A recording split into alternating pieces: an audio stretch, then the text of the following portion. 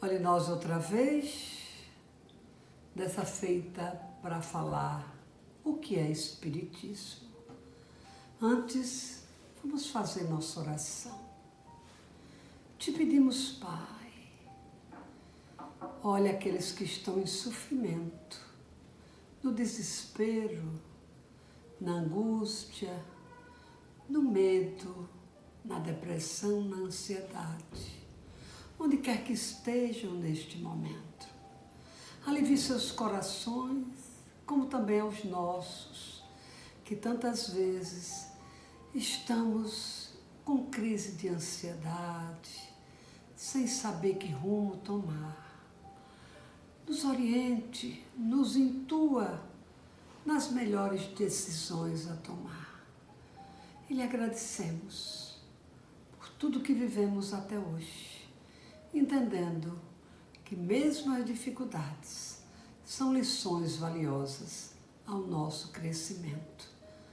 Nos ampare, nos proteja e nos guarde na tua luz.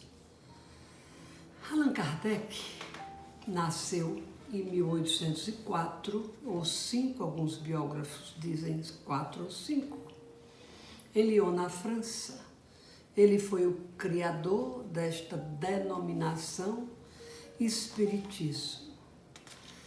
Ele, na verdade, se chama Léon Hippolyte Denisard Rivail ou Rivail. Alguns dizem que é Hippolyte Léon, mas na verdade o nome dele é este. Era um grande educador, foi discípulo de Pestalozzi, o substituía quando Pestalozzi ia divulgar esta revolução na educação que ele criou em vários outros países, e era um homem conhecido com livros publicados na área da educação. Quando ele enveredou a estudar os fenômenos da alma que transcendia as sensações físicas, uma entidade espiritual o orientou, explicando que ele iria ser perseguido, que ele iria sofrer muito, mas que tinham pensado nele para divulgação desta obra magnífica que iria iniciar através dele, se ele aceitaria o desafio.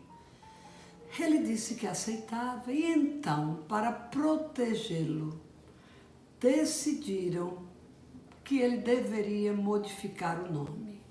Os livros que os espíritos, as entidades, iriam, através dele, escrever, deveria dar o nome de Allan Kardec. Allan Kardec, numa vida passada, disseram a ele que ele tinha sido um druida, um profeta habitante da Ásia Menor, e que seria, portanto, interessante que, ao divulgar os seus trabalhos, ele colocasse este nome de Allan Kardec. E assim foi. Mas aí pergunta-se, o que é Espiritismo? Espiritismo é uma doutrina, uma filosofia, uma ciência, uma religião de consequências morais.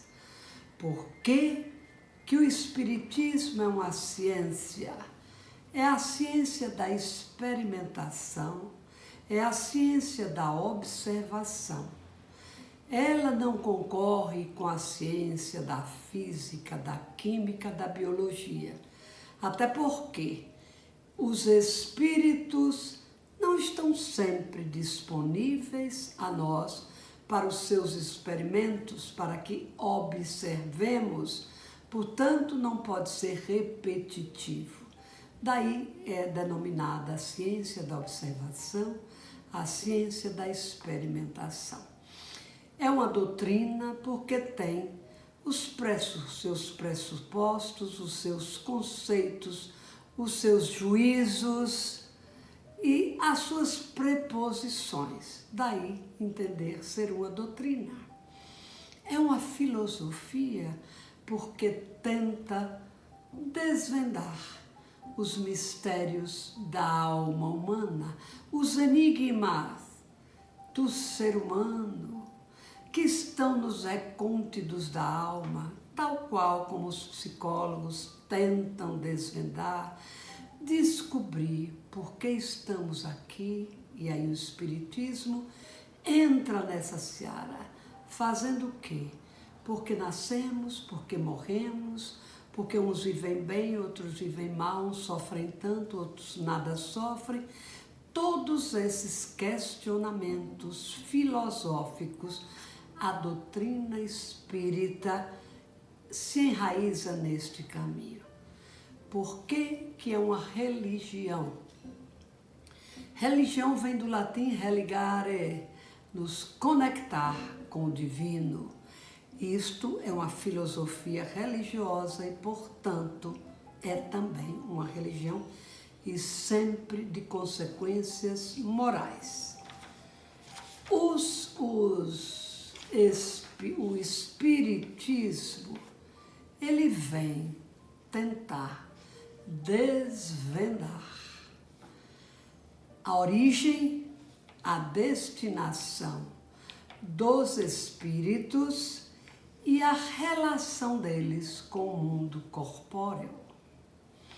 Então, diante destas razões, Allan Kardec se debruçou a estudar os fenômenos, a mediunidade, todas essas sensações extrafísicas. E ele começou a sua investigação. Deve lembrar que esse nome Espiritismo foi cunhado por ele. Ele foi orientado pelos espíritos que deveria, através deles, escrever 5 livros. Que livros foram esses escritos? Deixa eu copiar aqui, que ano foi, já decorei. O primeiro livro foi o Livro dos Espíritos, que foi divulgado em 1857.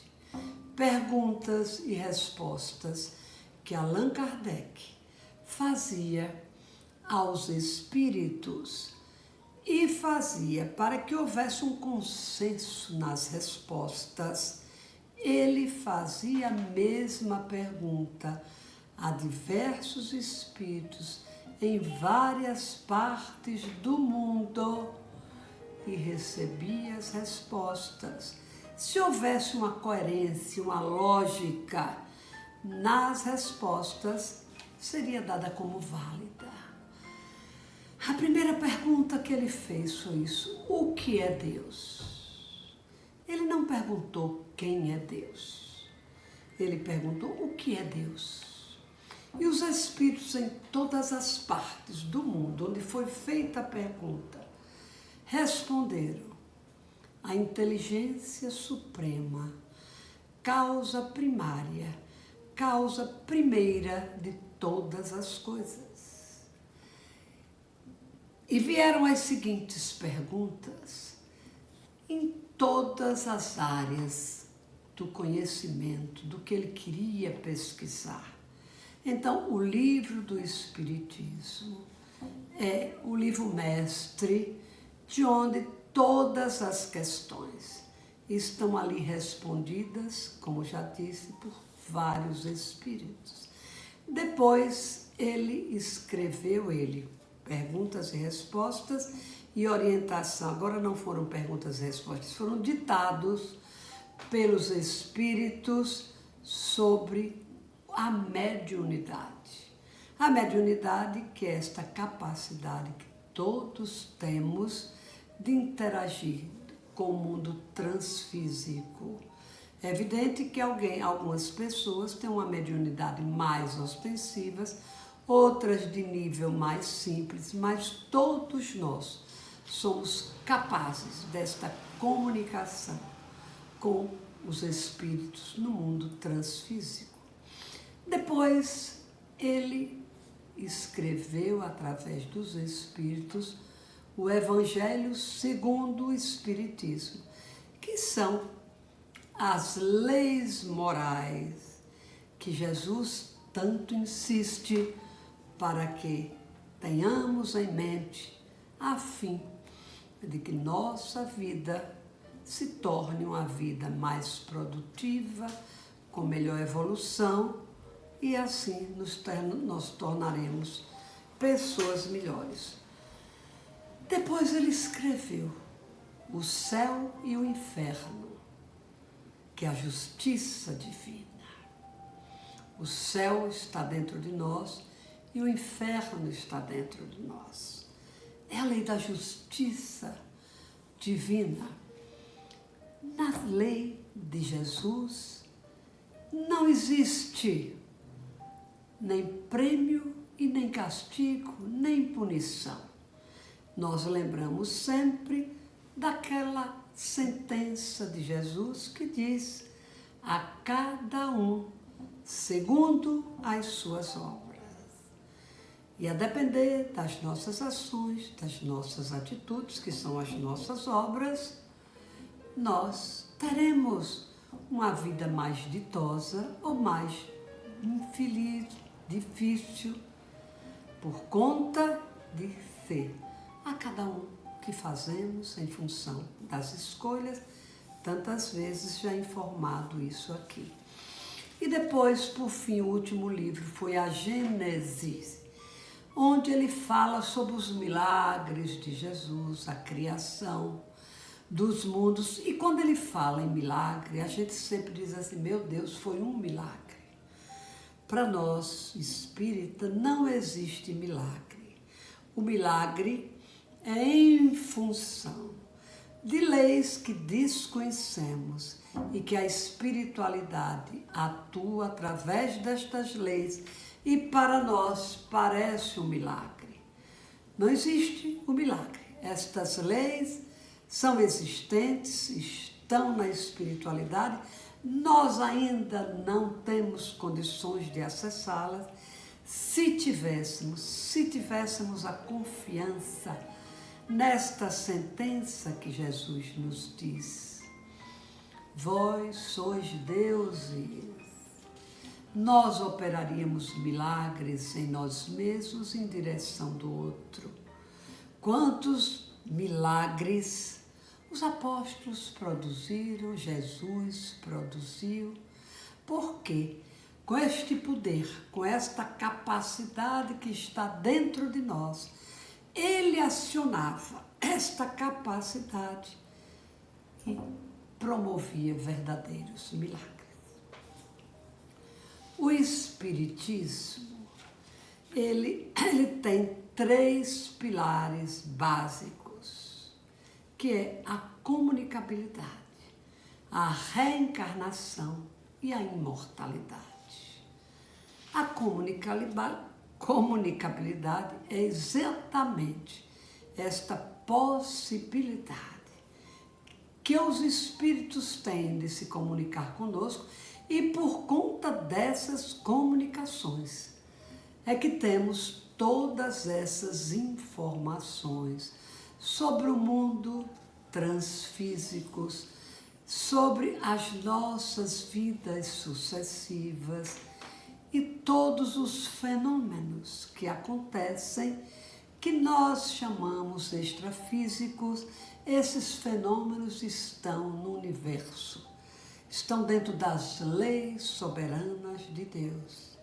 E esta comunicação, quando perdemos um ente querido, que sofremos tanta saudade, através da oração, da conversa, do diálogo, a gente se comunica. Muitas vezes não percebemos, muitas vezes não sentimos a presença, mas a comunicação está estabelecida. É a psicosfera terrena, às vezes, em comunicação com a estratosfera, com a outra dimensão, que não faz com que tenhamos esta segurança, essa certeza, ainda que tenhamos a sensação de que fomos ouvidos, de que as pessoas que já estão no outro plano, os nossos afetos mais caros, podem sim se comunicar conosco. O outro princípio básico é da reencarnação. Eu ouvi de Raul Teixeira, um grande espírita, notável, expositor, professor universitário. Me parece que ele conta que Emmanuel disse assim: através da reencarnação, conquistaremos todo o bem que nos falta e eliminaremos todo o mal que ainda nos sobra. Veja que coisa interessante, porque em uma encarnação somente nós não temos condições de alcançar a sabedoria de milênios. É preciso que reencarnemos. O meu anel aqui batendo na pé. É preciso que reencarnemos bastas vezes, sucessivas vezes, até que venhamos a conquistar, como já disse, o bem que ainda nos falta e eliminar o mal que ainda nos sobra. Então, a reencarnação, ela não contempla injustiça. A reencarnação nem premia, nem pune ninguém.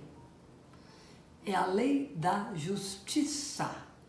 Como lembrei, a cada um segundo as suas obras.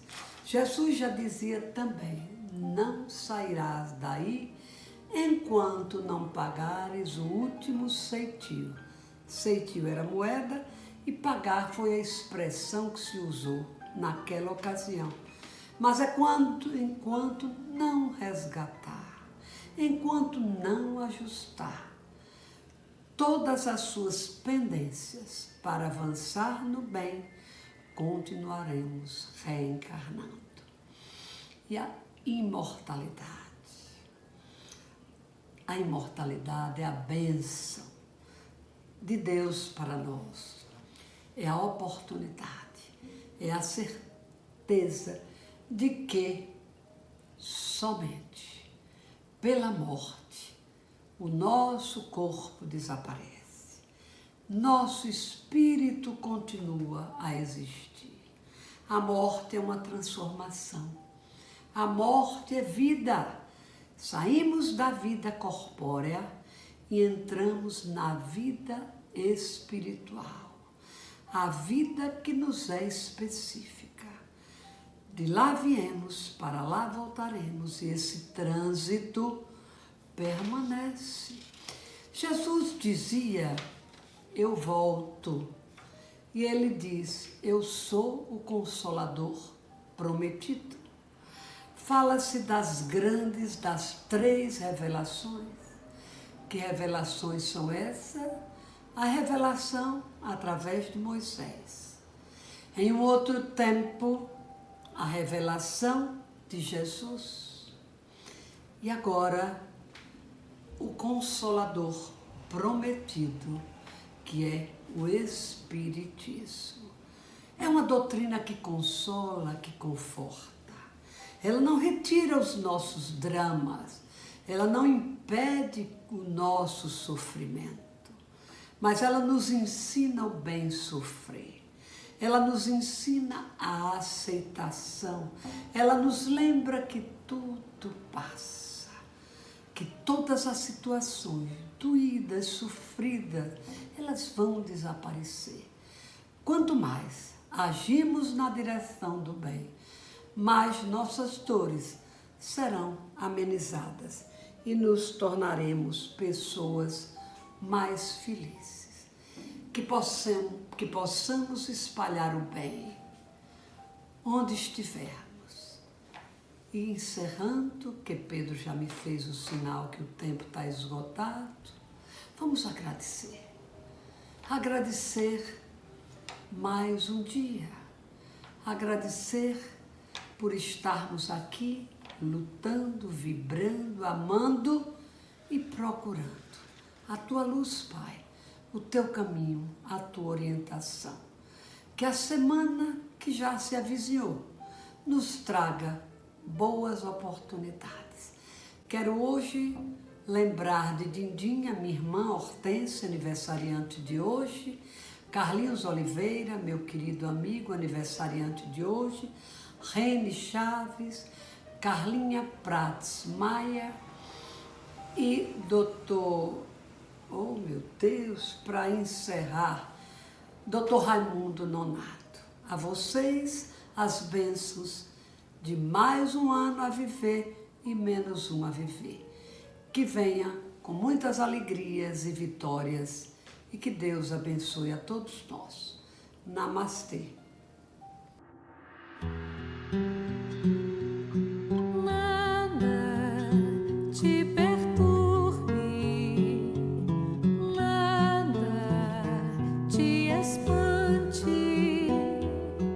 Tudo